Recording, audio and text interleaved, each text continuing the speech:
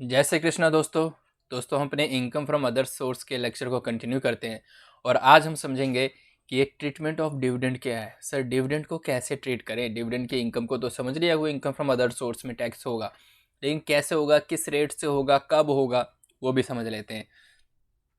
Any dividend declared, dividend company क्या करती है, पहले डिविडेंड डिक्लेयर करती है, उसके बाद डिस्ट्रीब्यूट करती है। तो डिविडेंड डिक्लेयर्ड, डिस्ट्रीब्यूटेड और पेड बाय द कंपनी। किसको, कंपनी किसको देगी dividend? To its share holders, अपने शेयर होल्डर्स को। इज चार्जेबल टू टैक्स, किसके हाथ में ये टैक्स होगा? शेयर होल्डर के हाथ में। Chargeable to tax under the head income from other sources, irrespective of the fact whether shares are held by assessee as investment or stock in trade। चाहे उस बंदे का, चाहे मेरा इन्वेस्टमेंट के तौर पे मैंने होल्ड किया हो या फिर स्टॉक की तरीके से होल्ड किया हो, उससे कोई लेना देना नहीं है। मुझे अगर डिविडेंड इनकम हुई है तो वो इनकम फ्रॉम अदर सोर्स में टैक्स होगा। मैं ये नहीं कह सकता कि जी मेरा तो ये स्टॉक है, मेरा तो काम ही यही है, तो मेरा बिजनेस इनकम होगा, ये इनकम फ्रॉम अदर सोर्स में होगा। इसीलिए यहाँ पे लिखा गया है इररेस्पेक्टिव, ठीक है, irrespective of the fact whether shares are held by the assessee as investment or stock in trade। Under section 222, अगर मैं 222 सेक्शन की बात करूं, some payments may be treated as deemed dividend. ये डीम्ड वर्ड इनकम टैक्स में कहीं भी आ सकता है, जहां भी इनकम टैक्स वालों को कुछ समझ में नहीं आता तो उसको डीम्ड प्रॉफिट, डीम्ड इनकम, अब जैसे डीम्ड डिविडेंड मान लिया। 222 बताता है मैं इन ट्रांजेक्शन्स में लोग क्या करते हैं, डिविडेंड पे टैक्स ना देना पड़े। कंपनी पहले डिविडेंड डिस्ट्रीब्यूशन टैक्स भी देना होता था, तो कंपनी को डिविडेंड डिस्ट्रीब्यूशन टैक्स ना देना पड़े इसलिए अलग अलग नाम से डिविडेंड दे देती थी, तो इसीलिए उसको बोल दिया deemed dividend, even though these payments made not be dividend under the companies act. कुछ ऐसे भी केसेस हैं जो डिविडेंड तो है नहीं लेकिन उसको मान लिया जाएगा ये डिविडेंड है, डिविडेंड नहीं है, कंपनी डिविडेंड नहीं दे रही लेकिन उसको मान लिया जाएगा कि ये डिविडेंड दे रही है। Notes, actual dividend received from domestic company, अगर डोमेस्टिक कंपनी है, इंडियन कंपनी है, उससे अगर आपको डिविडेंड मिल रहा है, is exempt in the hand of share holders under section 1034। मेरे हाथ में मुझे डिविडेंड मिला, आपको डिविडेंड मिला, डोमेस्टिक कंपनी अपनी इंडियन कंपनी से मिल रहा है तो एग्जेम्प्ट है, हमें टैक्स देने की जरूरत नहीं है। लेकिन if the dividend income does not exceeds rupees 10 lakh, अगर डिविडेंड इनकम 10 लाख से ज़्यादा नहीं है तो, in case it exceeds rupees 10 lakh, अगर 10 लाख से ज़्यादा है, it is taxable in the hand of share holders under section 115 BBDA। इस सेक्शन में टैक्स हो जाएगा 10 लाख से ज़्यादा होने पर। However the company declaring dividend, company जो डिक्लेयर करती है डिविडेंड, हैज़ टू पे कॉरपोरेट डिविडेंड टैक्स, उसको क्या देना होता है, corporate dividend tax CDT under section 115O। कितने रेट से? 20.555%। बताओ, कंपनी को कॉरपोरेट डिविडेंड टैक्स पे करना पड़ता है 20.555% से, और वो क्या होता है 17.647% प्लस 12% और plus 4% for the assessment year 2021।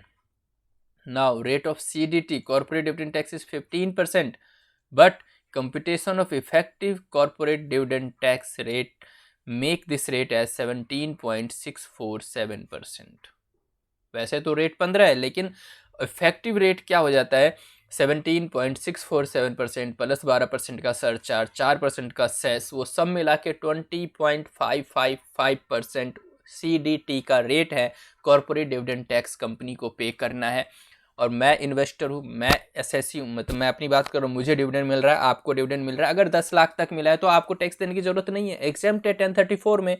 लेकिन अगर 10 लाख से ज़्यादा है तो फिर वो 115 BBDA में टैक्सेबल हो जाएगा।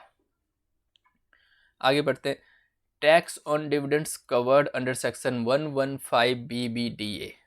अब वो अगर हम 115 BBDA में फॉल करते हैं, 10 लाख से ज़्यादा मुझे डिविडेंड मिल गया तो कैसे दें टैक्स?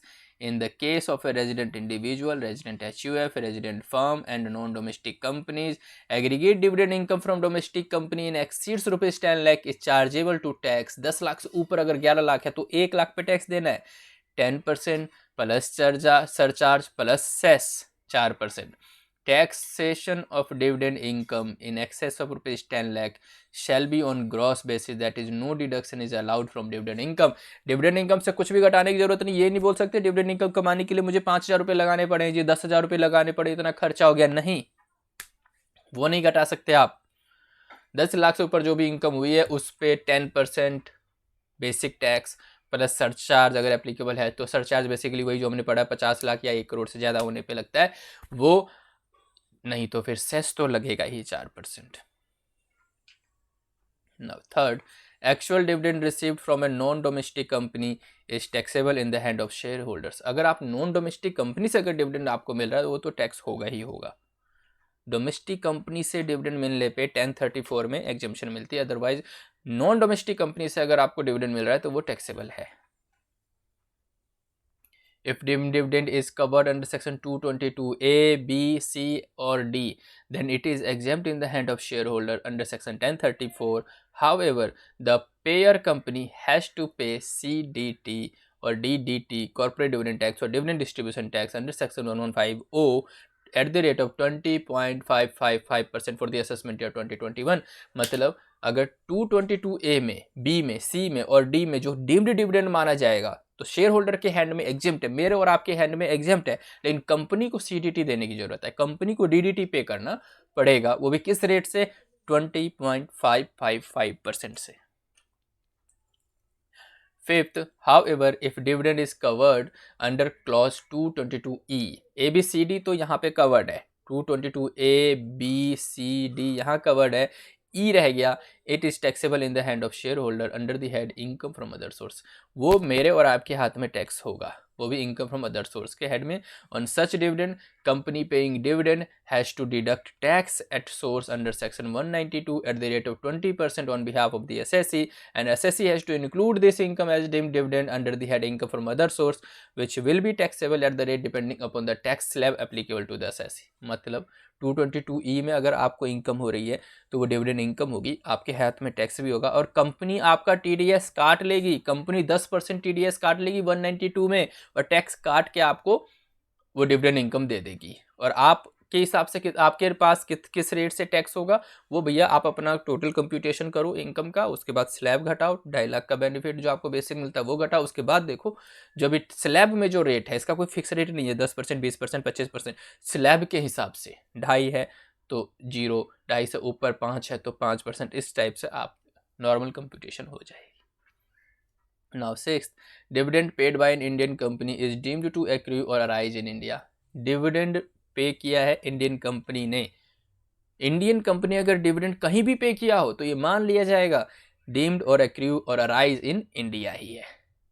ठीक है. नाउ सेवेंथ, क्योंकि कंपनी तो इंडिया में सिचुएटेड है ना, the aforesaid rule are applicable even if dividend is declared by a company out of income which is not chargeable to tax. ये सारे रूल तब भी अप्लाई होंगे जब डिविडेंड डिक्लेयर किए कंपनी आउट ऑफ इनकम, उस इनकम से जो टैक्स नहीं है, मतलब उससे कोई लेना देना नहीं आपसे, आपने कौन से इनकम से डिविडेंड डिक्लेयर कर दिया, भैया डिविडेंड डिक्लेयर किया है तो टैक्स देना पड़ेगा. नेक्स्ट टॉपिक है हमारा 11.4, treatment of winning from lotteries, crossword puzzles, horse races and card games ETC. कि भाई लॉटरी से अगर पैसा मिल गया, पजल से, गेम से पैसा मिल गया, घोड़े के रेस पे, कार्ड गेम में पैसा मिल गया तो सर क्या होगा, कितने परसेंट से? तो सर ये KBC वाले जो जीत रहे हैं, KBC में लोग जीतते हैं, उनका कितना टैक्स उनको देना पड़ता है, वो भी इसी में कवर्ड हो जाते हैं. Yes, gross winning from lotteries, crossword puzzles, race including horse race, other than income from the activity of owning and maintaining race horse. ये other than income from the activity owning and maintaining race horse. देखो, घोड़े, race वाले घोड़े को पालना और उसकी देखभाल करना और उसको फिर उससे होने वाले इनकम फ्रॉम अदर सोर्स नहीं, वो तो उसका बिजनेस है. लेकिन रेस लग रही है और उसमें अगर आपने दाव लगा दिया तो वो एक अलग चीज़ है. Owning and maintaining race horses अलग है, ऐसे घोड़े की देखभाल करने का जिसका काम है वो उसका बिजनेस है. लेकिन हॉर्स रेस में अगर आपने पैसा लगाया तो वो है इनकम फ्रॉम अदर सोर्स में. इसीलिए यहाँ पे लिखा है other than income from the activity. आपका काम घोड़े की देखभाल करना नहीं है. अगर आप देखभाल करने का काम कर रहे हो, मेंटेन कर रहे हो और आपके घोड़ा आपका है तो आपको कोई इनकम फ्रॉम अदर सोर्स में टैक्स नहीं होगा. ठीक है. कार्ड गेम, बैटिंग, कोई जुआ खेलना, इस टाइप से जो भी होता है, फ्लैट रेट है, 30% टैक्स होगा। 30%, 100 रुपये कमाए ना आपने तो 30% टैक्स देना पड़ेगा, प्लस सरचार्ज, अगर सरचार्ज एप्लीकेबल है तो 50 लाख या 1 लाख 1 करोड़ से ज़्यादा है तो सरचार्ज एप्लीकेबल होगा, plus cess 4% on the amount of gross winning without claiming any allowance और एक्सपेंस। और ये भी नहीं बोल सकते जुआ खेलने के लिए मुझे 5,000 रुपये का खर्चा करना पड़ा है, 20,000 रुपये का खर्चा, नहीं, कोई खर्चे की रिडक्शन नहीं। आपको लॉटरी, जुआ जो भी है, आपको बेनिफिट, आपको कितना पैसा मिला जी, 1 करोड़ मिल गया, 1 करोड़ में 30% तो टैक्स जाएगा, 30% का टैक्स देना पड़ेगा, आप 30% का टैक्स उस पर देंगे, प्लस 4% सरचार्ज जो भी एप्लीकेबल है। जैसे केबीसी वाले पैसा दे रहे हैं, इसका मतलब वो 30% टीडीएस काट के दे रहे हैं, ठीक है ना। Under section 194B tax is deductible at the rate 30% plus surcharge, तो वही है ना, टैक्स टीडीएस आ गया। देखो जी, जहाँ से भी आप अपनी इनकम कर रहे हो, जुआ खेलने से, लॉटरी से, जहाँ से भी आपको इनकम मिल रही है, उनको बोल दिया सरकार ने, भैया देख, तू जब उसको पैसा देगा ना तो टीडीएस काट लेना। कितना टीडीएस काट लेना, वही सेम चीज़, 30% सरचार्ज और 4% सेस। लेकिन तब काटना जब 10,000 से ज़्यादा उसकी इनकम हो, 10,000 से नीचे नीचे टीडीएस काटने की ज़रूरत नहीं है। लेकिन 10,000 पे टैक्स देने की जरूरत है, 30%, टीडीएस नहीं कटेगा आपका, टैक्स आप खुद दोगे। अंडर सेक्शन 194B भी tax is deductible at the rate 30% plus surcharge if applicable plus cess 4% on payment in respect of winning from race horse if amount is exceeds 10,000। Race horse से भी अगर आ रहा है, 10,000 से ज़्यादा है, टीडीएस आपका कट जाएगा 30%। No tax is required to be deducted in respect of winning from other races, gambling और betting। गैम्बलिंग और बैटिंग या फिर हॉर्स के अलावा कोई रेस है, बकरी की रेस है, मुर्गे की रेस है ना, सांड की रेस है, इन सब पे कोई टैक्स डिडक्ट करने की जरूरत नहीं है, टैक्स काटने की जरूरत नहीं है। No tax is required to be deducted, ठीक है। गवर्नमेंट आपसे टैक्स नहीं ले रही है, वो नहीं कह रही कि मैं टैक्स नहीं लूंगी, आपका टीडीएस नहीं कटेगा। Now no deduction under section 80C to 80U is allowed from such income. 80C से लेके 80U में जो भी डिडक्शंस मिलते हैं वो इस इनकम के अगेंस्ट आपको डिडक्शन नहीं मिलेगा। आगे बढ़ते हैं। 11.5 treatment of interest on securities. Securities मतलब शेयर्स, बॉन्ड्स, कुछ भी हो सकते हैं, उन पे अगर आपको इंटरेस्ट इनकम हुई है तो under section 228B interest on security means interest on any security of the central government और state government, central government, state government की कोई भी securities, interest on debentures or other securities for money issued by on behalf of a local authority, company, corporation established by central government, state government or provincial act। मतलब government ने कोई ऐसा debenture और shares में उस पर आपकी interest income हो रही है तो interest on security does not accrue daily और according to the period of holding of investment. Under section 193 TDS from interest on securities is 10%। Government जब आपको पैसा देगी ना तो 10% काट के देगी, TDS काट के देगी। However, no TDS required to be deducted in case of central or state government securities except on relief bond। Relief bond के अलावा कोई और अगर है securities central government, state government का, उस पर TDS काटने की ज़रूरत नहीं है, ठीक है। तो इस तरीके से हमने 11.5 treatment of interest on securities भी कवर कर लिया। अब आगे हम देखने जा रहे हैं इंटरेस्ट एग्जेम्प्ट फ्रॉम टैक्स। वो कौन सी इंटरेस्ट इनकम होगी जिस पे टैक्स नहीं है। सेक्शन 10 हमेशा एग्जेम्पशन ही बताता है, तो देख लेते हैं। National defence gold bond, national defence gold bond 1980 के बॉन्ड है आपके पास, उस पर आपकी इंटरेस्ट इनकम हो रही है, टैक्स देने की ज़रूरत नहीं है। स्पेशल बियरर बॉन्ड 1991, टैक्स देने की ज़रूरत नहीं है। Treasury saving deposit certificates, post office saving bank account interest is exempt only to the extent of ₹35 in a single account and 7,000 in case of a joint account. एक account में 3500 तक का interest हो रहा है, इंटरेस्ट इनकम है post office के saving bank में, तो टैक्स TDS कटेगा ही, मतलब इंटरेस्ट टैक्सेबल नहीं है। जॉइंट अकाउंट है तो 7,000 तक इंटरेस्ट इनकम टैक्सेबल नहीं है। नेशनल प्लान सर्टिफिकेट्स, इस पे अगर कोई पैसा मिल जाता है, इंटरेस्ट मिल जाता है, टैक्स पे करने की जरूरत नहीं है। 7% कैपिटल इन्वेस्टमेंट बॉन्ड, ये सब सरकार के हैं बॉन्ड सारे के सारे, इसलिए टैक्स देने की जरूरत नहीं है। 7th notified relief bond, tax देने की जरूरत नहीं है। Gold deposit bond issued under the gold deposit scheme 1990, इन सब बॉन्ड एक बेसिकली एक पेपर है, एक सर्टिफिकेट है, उसके बदले आपको इंटरेस्ट इनकम हो रही है, आपने गवर्नमेंट को पैसा दे दिया।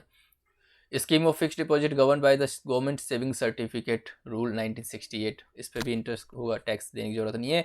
Scheme of fix deposit govern by the post office fix deposit rule 1968, tax देने की जरूरत नहीं है। नोटिफाइड बॉन्ड और debenture of a public sector company PSUs कौन सी, इंडियन ऑयल हो गई, ONGC है, सेल भेल, इन सब की अगर नोटिफाइड बॉन्ड और डिवेंचर्स हैं आपके पास तो फिर टैक्स देने की जरूरत नहीं है इंटरेस्ट इनकम पे। Notified bond issued by local authority, कोई लोकल अथॉरिटी म्यूनिसिपैलिटी है, अगर उन्होंने कोई बॉन्ड इशू किया है, उसमें आपने पैसा लगा दिया, बदले में आपको इंटरेस्ट इनकम हो रही है, तो उस पर भी टैक्स पे करने की ज़रूरत नहीं है। तो ये सारे के सारे 12.12 थे इनकम जिस पे इंटरेस्ट इनकम होगी, बट आपको टैक्स पे करने की ज़रूरत नहीं है। हमारा नेक्स्ट टॉपिक है रिसीट विदाउट कंसिडरेशन और inadequate consideration to be treated as income. ये टॉपिक हम कवर करेंगे अपने नेक्स्ट लेक्चर में। तो दोस्तों मिलते हैं नेक्स्ट लेक्चर में, तब तक के लिए गुड बाय फ्रेंड्स।